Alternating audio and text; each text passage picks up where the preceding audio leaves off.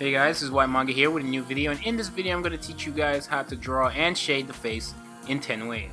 This video is brought to you by Loot Crate, and with Loot Crate you just get a box of goodies every month if you subscribe.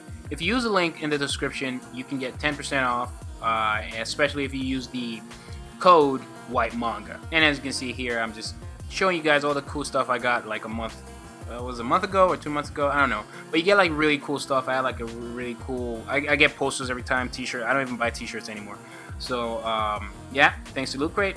And let's move on. So for this video, I'm going to be using an app called Comic Draw. And you know, Comic Draw, I'll probably be using this app to do some of my drawing tutorials from now on. It's very convenient for me to use this because I'm using it on an iPad and an Apple Pencil. It has this really cool screen recording feature, and it even has voice recording, but I just rather, just in case, record with my actual microphone. But yeah, it's really convenient for me to record things on the screen, so it'll actually be easier now for me to make some videos for you guys. And for people who are interested in doing these kinds of videos, it's very convenient. Rather than me using my sketchbook and positioning the camera and making sure all the whatever is right, it's very convenient to just do what I want to do, especially for a drawing like this, where it's less about, say, how you hatch or the drawing tools or whatever. Here, we're just going to be focusing more on where the shading is going to be placed and things like that. And the shading style will be similar to the cell shadings you see in 2D animation. You know, so Comic Draw is really great. Highly recommend it. And I'll leave a link to where you guys can, you know, check out the app and download it and use it for this, you know, for those who are interested in this kind of stuff. Especially with the app itself, that you can do most of what you can do when, say, Clip Studio, Manga Studio, and all that stuff. I have a video series that I'll link to that you guys can go check out, that I go into a little more detail about Comic Draw. And you guys, you know, you might like that. But I'll be making more videos on Comic Draw, and I'll make that in a couple days from now. So y'all stay tuned for that. So here I'm drawing the face. Key things to keep in mind when shading the face. The shading on the face kind of depends on the style, the aesthetic. What I mean by that is, if you watch, let's say you watch Attack on Titan, the way the characters are shaded there is different from the way the characters are shaded on, say, a Naruto or a Family Guy or something like that. So those are things to keep in consideration, especially if you want to have a consistent feel throughout the whole story, series, whatever it is. So you want to keep thinking about the style, the aesthetic, the facial structure. So sometimes, you know, the character I'm drawing here, I'm trying to make it a little very simple for this tutorial, but sometimes you have characters with very warped faces, or maybe there's a lot of wrinkles and it's really, the structure is very bony, or it depends, right? Or it's really plump, I don't know. So that's also something to keep into consideration. You kind of want to have a good grasp on the face, the head of that character, from a three-dimensional aspect in your mind. You really need to know how almost like you're molding the head in your mind, so you know where to shade and where not to shade, especially when you look at the characters head on like this, where you can't really see that much of the structure of the face in this from this angle, at least. I'll do a video later on where I do maybe 20 ways shading a face, and it'll be more dynamic, and I'll draw a variety of characters. It wouldn't be one character, and I'll shade from several angles, and you know, it'll be different.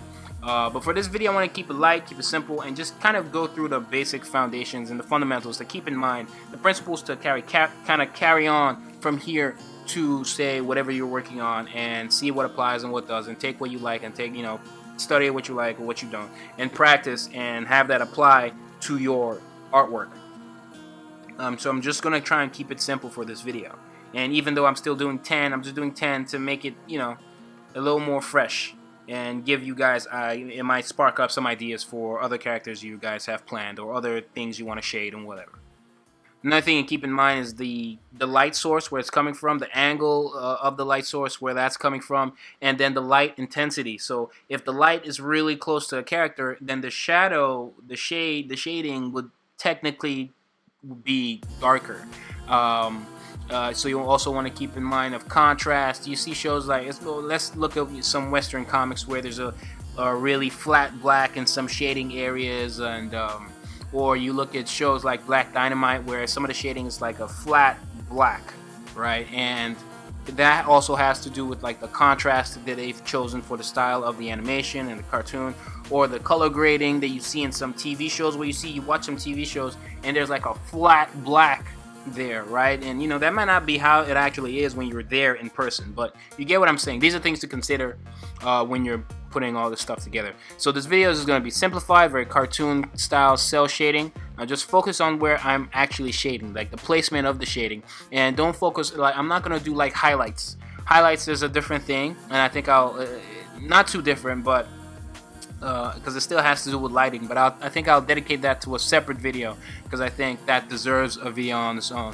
And also I'll kind of skip all the things that have to do with gradient or shading techniques like crosshat. This is just going to be focused on where the shading happens, right, where it's placed. So here with this video, so yeah, I'm just preparing the layer, and I've copied and pasted. So here, usually if you're the character, when I start shading, I shade just a little bit below the eyebrows, especially if you're looking at a character head on and we want to see a lot of the colors, even though this drawing here is not in color, but we want to see a lot of the colors. Maybe this is for like a character sheet for maybe an animation, and you know, everybody on the team needs to see what's going on. So just simple shading, not that much goes on. I just shade below the eyebrows a little bit, and maybe a line below the eyes just a little bit, but below the nose, the upper lip, and under. I always shade at least a little bit, almost always below, like under the jaw. And those are like simple places. Those are like simple, straightforward places. You go maybe inside the ears just a little bit, not on the top of the ear. So we have like the light source kind of coming a little above the character, and it's not coming with like too much light, right? So we can see the character clearly. And usually when you see animations like this and there isn't that much shading, the animation itself is that much easier because they don't have to deal with that many colors moving around all over the place and things like that. So this is one option. And sometimes there might not be a shade at the upper lip. It might just be empty, giving the face, again, more air, not too much shading going on. Usually there would be like a shade of the upper lip if the light source is not just coming from above, but maybe really close from above and directly above, as we will see in some of the other drawings that I'll do. So yeah, the light source is coming from the left, at least from our left to opposite direction, and so we draw the shadow. The shadow kind of forms that line to let you see the nose even clearer. So but you know, it will go beyond that to actually cast a shadow towards the right of his face from our point of view, and it'll do that to the side of his face as well. And then again, I'll kind of do under his jaw, a little bit on his eye, but more so to like the right side of his eye from our point of view, but not too much, right? And this has to do with like the contours of the face. So in some cases, in some styles, there will be nothing there, right? But I'm gonna put something on his left eye from our view, just a little bit, to kind of sell the contour on his face. And then the far right side of his face, I will kind of color in or shade in. And again, there will be more shading under his jaw, but more so to the opposite direction on the right side, kind of showing you where the light source is coming from. So you look at this and you know the light source is coming from the left, clearly. And there isn't that much shadow going on in his ears, but I'll put a little bit. But the ear on the right is completely covered.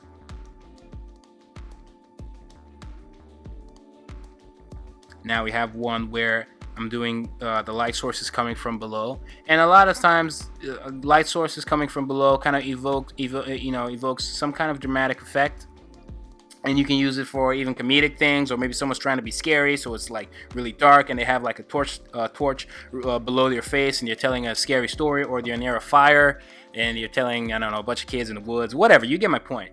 So sometimes some of these shading techniques and the choices you choose have nothing to do with light source, and maybe and have more to do with evoking like an emotion, or both, right? So there are sometimes, especially in anime, where the background changes, and maybe it's a little comedic, or it's really scary, or something happens where the background is kind of abstract and the light source doesn't make sense because I mean, go watch Death Note, and anytime they have the characters, you kind of are listening to what the characters are thinking in their head. The whole scene changes. The colors change, the character grading shading, the light sources change. Everything changes, and it's more like an aesthetic choice, an artistic choice.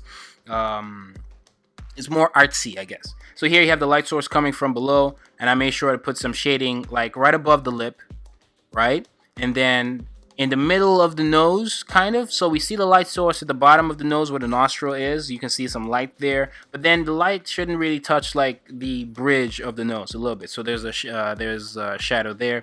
Obviously, you don't see the top of the head and stuff like that. So all those parts are covered in shading. What I recommend sometimes is you guys can practice and see what works and see what doesn't work for your style or whatever you want to do, because there are some cases where the light would touch maybe part of the head, and depending on the hairstyle, there will be some light source highlights on the hair and things like that, and there'll be like shadows. There'll always still be a shadow at the top of the head. So this is kind of like giving you that basis to kind of build off of. We don't see any lights touching his ears. He has like some earrings or like studs, so I might put like a highlight on there. So I might just for this drawing to look a little more appealing, I'll erase part of the shadows that are on the the studs, just to give that reflective effect, like you get what I mean. So and I almost always shade inside the eyes, right at the top or below the eyes, and do like a little circle in the pupil. So moving on to the next drawing, I do something again where the light source is kind of going to be coming from below as well, but I'm going to show you guys like a different approach. So here we have the same thing where it's shaded in the middle of the nose, kind of like on the bridge, because the light's not really going to touch there, so you have some shade there. But then I do it below the eyes, kind of again showing that contour below the eyes, because the face is not flat, like it curves and moves up and down. It's all over the place. And then since it's coming from below, you will almost always have that light, have that shading that takes place right above the upper lip, in between the lips and the nose, and a little bit on the lower lip at the top. And that same thing I did in the previous drawing. And here we're not gonna see much of his forehead, and it's going to be very similar to the drawing before, but here I'm going to show you guys a different way where we don't see much of the forehead at all.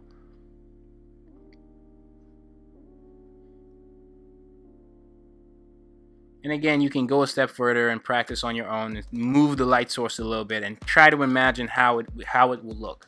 Right, so you see we have shadings on the sides of his face and his neck. Now imagine if we move the light source just a little bit to the left. If we did that, then there will be less shading on the left of his face. From our point of view, again, there will be less shading on the left of his face and a little more on the right of his face. And the bridge on his nose, the shading at the bridge of his nose would move slightly to the right. Again, that is if we move the light source to the left, just a little bit. But keeping it simple. And again, maybe in the 20 ways videos, I'll explore all of that stuff in more detail. But as long as you know where the light source is, you're keeping track of the style, the aesthetic, the facial structure, if he has wrinkles, all that stuff, the light intensity, contrast, color grading, just being consistent. In the future, if you learn more about highlighting and things like that, it'll make everything a whole lot easier for you when you're shading. So here I'm going to draw one where the light source is behind him. So his whole face is technically going to be covered in shade. Someone's throwing shade his way, basically. And we get to see, so I'm not going to just cover the whole thing in shade. I might just leave some light on the sides of his face. Usually that would be if he's like really close to the light source. And the light source is essentially the highlights. I talked about how we're not going to talk about highlights in this video. Technically, where you see the light, where the shade does not cover, that's where the highlights are. But it's a little more complicated, especially when you have two light sources. So sometimes you can imagine a character in a dark room, and there is a pink light on the right and maybe a yellow light on the left. it's going to do some trippy stuff. It's going to be a little more complicated. So I'm just going to keep it simple for this video. Even though I'm not technically correct, I'm just going to keep it simple. So the white spaces, let's just think of them as empty spaces. We're just focusing on where I'm shading, right? So you guys know, because this is how I learned it first. Before I started to complicate things and try to learn highlights and things like that, I made sure I got the foundations of, at least to a degree, of where, you know, shading would take place, at least in this simplistic form, not realistic drawings, because then it's even more complicated. I'm just trying to keep things simple. And sometimes you have the ear will cast a shadow which will cover part of the side of his face, but I'm not even going to do that. I'm just going to make things simple. That's the style we're going for. We're going for very simple shading, something you see in a Ben 10, Boondocks, Family Guy, practically any Japanese cartoon, Japanese 2D animation. We have another one where now the light source is going to be coming from above. You know, you see some of this stuff in like interrogation rooms and things like that, or torture scenes and whatever. And it'll be in a dark room, and you have this light casted upon the person that's being tortured from a you know, over his head. And yeah, and you can also use it for some spooky stuff. But whatever. Let's just moving on. And here I'm just going to have, you can see where I'm not showing those lines and experimenting with those lines and where they're going to be. You can see we see a whole lot more at the side of his face, and also below the jaw. If you notice, below the jaw is almost always shading that takes place there, almost always. And so here, you know, you shade below the eyebrows. You shade kind of, I always shade, especially when in this style, I always shade the top of his eyes, just a little, the tops, and then with the pupil I kind of do like a circle around it. As long as you guys are kind of like following what I'm doing, and as long as you practice, you will learn the stuff in time. So you can take most of my tutorials or my video tutorials as observational tutorials, but at the same time practical, so you can go along with me. And you know, you can pause the video, you can do whatever, you can rewind me, you can do whatever you want, but these are kind of pretty straightforward for the most part. And so I have shading under his eyes, shading in his ears a little bit, under his jaw. We don't get to you can do something where maybe you see part of his jaw. Again, it depends on the structure of his face. You know, if we turn this guy character on sideways, we don't know what's going on. It depends on you. So for me, his jaw is not protruding enough to where we would get to see the shadow, but in some cases you may, as you saw, you know, a few seconds before. I just covered it with shadow. We covered it with shade. So here I'm going to draw another an alternative where the light source is also coming from above, and you know, obviously above the character and shooting down, and again below the eyebrows.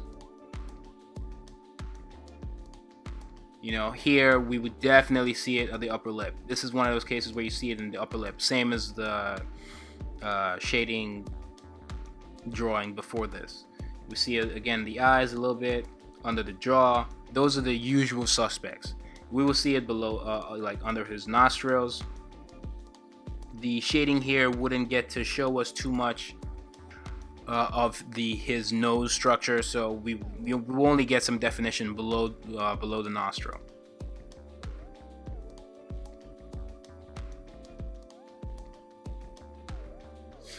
And next face, this one's also coming from behind, and it is very similar to the one before. But here I'm gonna show some like maybe lights.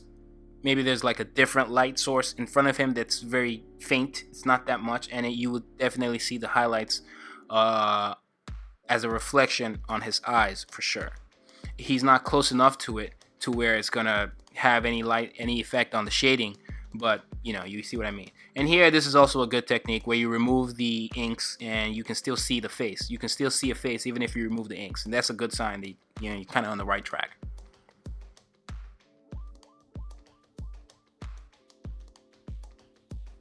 Again, those light sources, just maybe he's looking at something that's like a light, and you know, so it's going to be a little faint. It's only going to show in the reflection of his eyes, because you know how eyes kind of wet and stuff like that.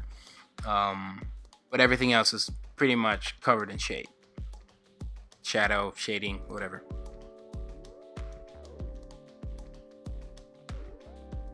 You're gonna cast the shadow from the right to the left, so we get to see that definition in the nose, the bridge of the nose, and it's gonna cast the shadow to the left since the light source is coming from the right, but it's also coming from below, and so it's from right and below, so it's a little diagonal.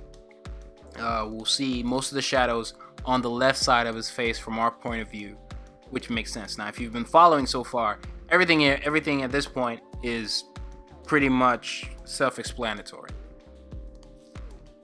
We have the shadows below the eyes, actually at the top of the eyes just a little bit, but below his eyebrows for sure, and on the side of his face, at the top of his head, and gonna go ham. You see that little L shape below his jaw? That's just kind of giving some definition to his Adam's apple.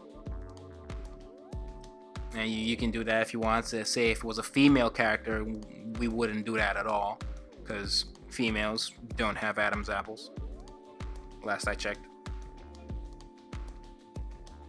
Or someone has some explaining to do.